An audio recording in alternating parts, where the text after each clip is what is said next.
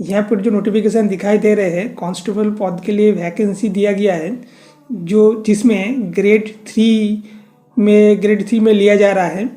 इसका वैकेंसी दिया गया है 269 वैकेंसी दिया गया है। ये आसाम गुवाहाटी से दिया गया है, निकाला गया है ये विज्ञापन। जहाँ पर पे स्केल के बारे में बताया गया है, अच्छा खासा पे स्केल दिया जा रहा है। 14,000 से शुरू होकर 60,500 तक ग्रेड पे दिया जा रहा है। 5,600 तक ग्रेड पे दिया जा रहा है। इसका स्केल है PB2 स्केल दिया गया है। यहाँ पर जो वेबसाइट दिखाई दे रहा है इसी वेबसाइट में जाकर एप्लीकेशन को भरना होगा, जिसके लिए लास्ट डेट दिया गया है 15/2/2004 तक। इसमें और भी एक चीज़ बताया गया है, यहाँ पर दिया गया है there will be no application fee. इसका मतलब है कोई भी एप्लीकेशन फ़ीस नहीं लगेगा ये एप्लीकेशन फॉर्म फिलअप करने के लिए। इसमें जो टेबल दिखाई दे रहा है इस टेबल में कितना वैकेंसी है इसके बारे में इसमें बताया गया है, जिसमें मेल फीमेल दोनों ही यहाँ पर एप्लीकेशन कर सकता है। तो जिसके लिए जनरल कैंडिडेट के लिए मेल के लिए वैकेंसी दिया गया है 58 वैकेंसी, फीमेल के लिए 24 वैकेंसी दिया गया है। कुल मिलाकर 82 वैकेंसी जनरल के लिए, और OBC MOBC के लिए 64 वैकेंसी, SC के लिए 17 वैकेंसी, ST के लिए दोनों मिलाकर 24-77। तो टोटल जो यहाँ पर वैकेंसी दिया गया है 264 वैकेंसी दिया गया है। और एक सर्विसमैन के लिए यहाँ पर वैकेंसी के बारे में बताया गया है। इसके बारे में बताया गया है 18 से 40 ईयर्स तक एज यहाँ पर लागू किया गया है। रिलैक्सेशन जैसे दिया जाता है वैसे ही रिलैक्सेशन दिया गया है। SC ST के लिए 5 ईयर्स का छूट यहाँ पर दिया गया है। OBC और MOBC के लिए 3 ईयर्स का छूट दिया गया है। और जो एक सर्विसमैन के छूट दिया जाता है वैसे 2 ईयर्स का छूट यहाँ पर दिया गया है। एजुकेशनल क्वालिफिकेशन के हिसाब से यहाँ पर बताया गया है HSLC और इक्विवेलेंट पास होना चाहिए। इसका मतलब 10 पास करने से यहाँ पर एप्लीकेशन किया जा सकता है। और एक चीज़ बताया गया है जिसमें होम गार्ड सर्टिफिकेट रहना चाहिए, और नहीं तो मिनिमम NCC सर्टिफिकेट रहना चाहिए।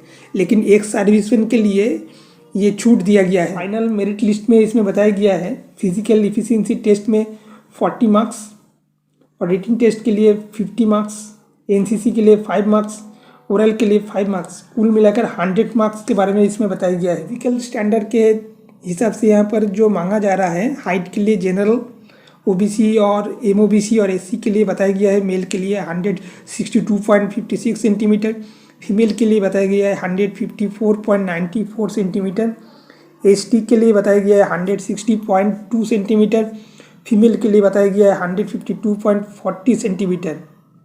चेस्ट के लिए ओनली मेल जो जनरल कैंडिडेट है, और OBC और MOBC और SC ST के लिए 80 सेंटीमीटर और एक्सपेंड करके 85 सेंटीमीटर।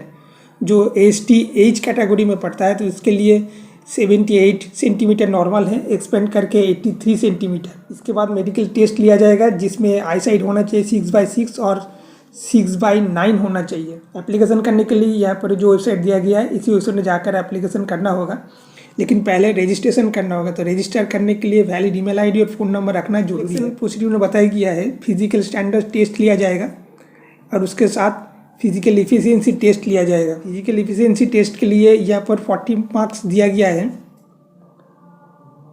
जो मेल के लिए दौड़ में इसमें दिया गया है 3200 मीटर्स दौड़ना होगा, 14 मिनट्स में कंप्लीट करना होगा। लॉन्ग जंप बताया गया है मिनिमम 335 सेंटीमीटर लॉन्ग जंप जो 3 चांस दिया जाएगा। फीमेल के लिए बताया गया है 1600 मीटर दौड़ना होगा 8 मिनट्स में, और लॉन्ग जंप के लिए बताया गया है 244 सेंटीमीटर, इसमें 3 चांस दिया जाएगा। तो जिसमें 1600 मीटर दौड़ना है वो कितना दौड़ने से कितना मार्क्स मिलेगा इसके बारे में इसमें बताया गया है। PST और PET में क्वालिफाइड करने के बाद ही रिटन टेस्ट पे बुलाया जाएगा। रिटन टेस्ट में बताया गया है 100 मल्टीपल चॉइस टाइप का क्वेश्चन दिया जाएगा जिसमें मार्क्स दिया गया है 50, और इसमें सब्जेक्ट के बारे में बताया गया है elementary arithmetic, general English, logical reasoning, mental ability और आसम हिस्ट्री और जियोग्राफी, पॉलिटिकल इकोनॉमिक में ज्ञान होना चाहिए।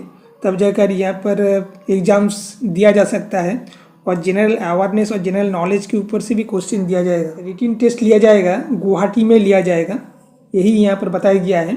दूसरा कोई सेंटर यहाँ पर नहीं दिया गया है। सर्टिफिकेट चाहिए, एनसीसी सी सर्टिफिकेट रहने से 5 मार्क्स दिया जाएगा, एनसीसी बी सर्टिफिकेट रहने से 3 मार्क्स दिया जाएगा। ओरल के लिए इसमें बताया गया है 5 मार्क्स का दिया गया है। एप्लीकेशन करने के लिए जो पासपोर्ट फ़ोटो चाहिए ये जेपीजी और जेपीईजी फॉर्मेट में होना चाहिए। और भी डॉक्यूमेंट्स के बारे में इसमें बताया गया है। सिग्नेचर के बारे में बताया गया है जो मैक्सिमम 100 KB तक होना चाहिए। जो भी डॉक्यूमेंट्स यहाँ पर अपलोड करना है वो जेपीजी और जेपीईजी फॉर्मेट में स्कैन करके अपलोड करना पड़ेगा। एप्लीकेशन करने के लिए यहाँ पर जो नोटिफिकेशन दिया गया है अच्छे से देख ले, जिससे गलत होने की चांसेस कम रहेगा।